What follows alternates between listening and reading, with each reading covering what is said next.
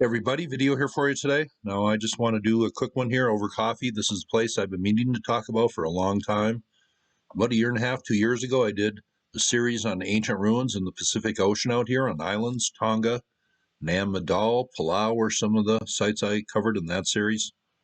And there was one site I never did a video on, and I've been meaning to do one on ever since. Saw a story pop up on this place last week. I know a few people covered it. Matt and Ancient Architects covered it. Well, let's go down to Sulawesi here today. It's right down here. Here's the island of Sulawesi, and I guess there was a bad earthquake here a few days ago. I know a lot of you saw that story reported, so thoughts to the people in this part of the world. But there are some pretty interesting things spread out all over this island. Mysterious ancient things. Let's go take a look.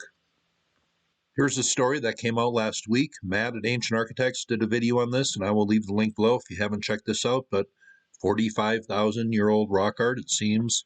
We are discovering old paintings all over the world. I know there was a discovery made in the Amazon that a little strange and a little mysterious, but there is a representation of a pig, I guess. And I will leave the link for Matt's video below. One interesting area is the Bada Valley, and it's right down here. I know Graham Hancock wrote about it in, I think it was Magicians of the Gods, just a few pages on it. But there was some interesting statue-type figures that kind of remind you of Easter Island and a few other places found right down here.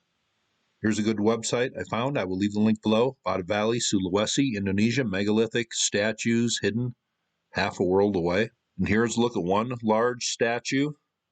Obviously glad to be here, but these kind of remind you of Easter Island, Gobekli Tepe. Some of them have no mouths and the hands and arms coming down, reaching around the lower stomach area here. Discovered in 1908, the Bada Valley megaliths hidden in central Sulawesi are statues scattered all over an area next to the Lower Lindu National Park. Those megalithic statues, almost unknown and isolated from the rest of the world, are made in different shapes and sizes. Some are standing, others are lying on the ground, which adds to the mystery around them. Bada Valley is located 15 kilometers south of Lower Lindu National Park. It says, because of their remoteness, only a few archaeologists and determined travelers dare the adventure every year. Because of its mountainous terrain and the quasi-absence of roads, the area, as beautiful and savage as it might be, is a true puzzle for those who wish to venture there. And there's a strange statue right there with little indentations all over it. Here is a little better look at it, sitting in a rice field. Does this represent some sort of fish? I'm just not sure. Here's a look at other statues found on the island. And it seems like local tribes here kind of put out a myth about these, and I don't think there's really a good solid answer. They kind of remind you a little bit of Gobekli Tepe and Easter Island statues in a way. There's a look at Mr. Happy right there. Go down here. Here is another one. Leave your thoughts below. That one seems a little bit kind of alien in a way. Going down here, let's take a look, and here is a big mystery. What the heck are these? Massive stone cauldrons. They say the kings of lore took baths in these things, but what is the answer for that? Those are huge. Very strange looking. It says Bada Valley stones are not the only megalithic feats of the area. There are also the Kalamba circular stone tanks made of one solid block. They are supposed to be ancient bathtubs used by kings. The usual explanation for something we can't explain. Religion or great effort aimed at the comfort of egotistical leaders. We find them in various places in the Bada Valley, and they are different sizes and shapes. Those are huge. That's very interesting. Here is a stone carving found right by these big tubs or cauldrons, circular shape in the middle, and then guarded by these creatures right here. What do you think that represents? That's pretty interesting. Here's another look at a kalamba, as they are called. Many of these spread out through the area. Don't know if I've seen anything quite like that in the ancient world, but very, very interesting, very fascinating to me. Once again, I will leave this link below. It was a good article, and they go over the comparison here between the Bada Valley, Easter Island, and Gobekli Tepe as far as where the hands are positioned and a few other things here. Now, the big question here, the dating of this, it says whether archaeologists or locals, no one has been yet able to date these statues. They obviously come from a megalithic culture, just as we can find all over the world at a time we still can't accurately date. Just this once, local populations transmitting indigenous wisdom and history from generation to generation state that the statues have always been there. This is invalidating archaeologist version dating the site to around 1300 AD.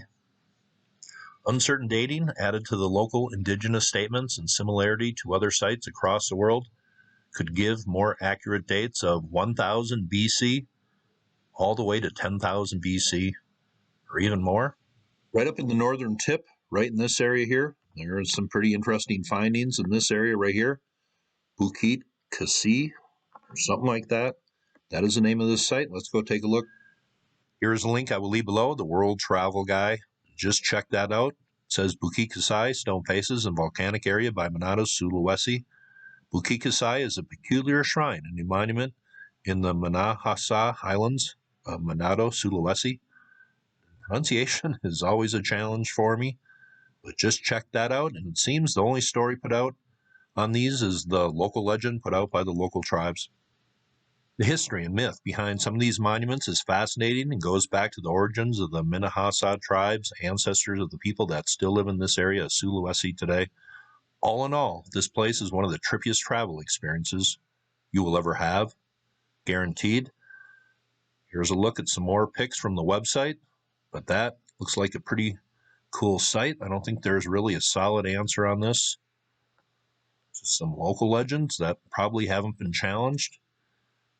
But if you know anything about this, please leave it below. I'm just doing a quick video over coffee here, and I'm moving on to some longer, more extensive videos.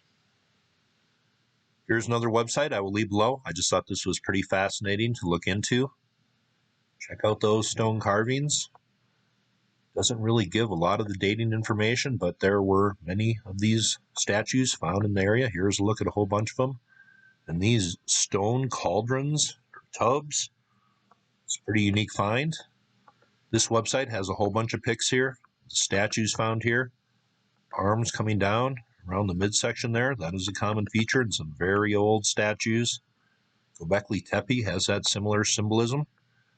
There is a very cool look at a stone carving there. There's some more. I will leave at least 3 or 4 websites below. I believe that's one I showed you at the beginning. That's the way it sits today. Here is one on its back, the phallic symbol, hands around the waist.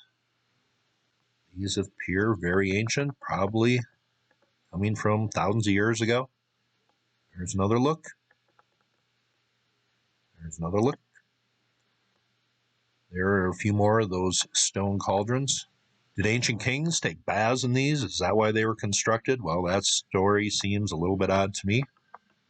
Here's another statue, and a lot of these are buried down in the ground, kind of like the Moai are in Easter Island, kind of attesting to their antiquity.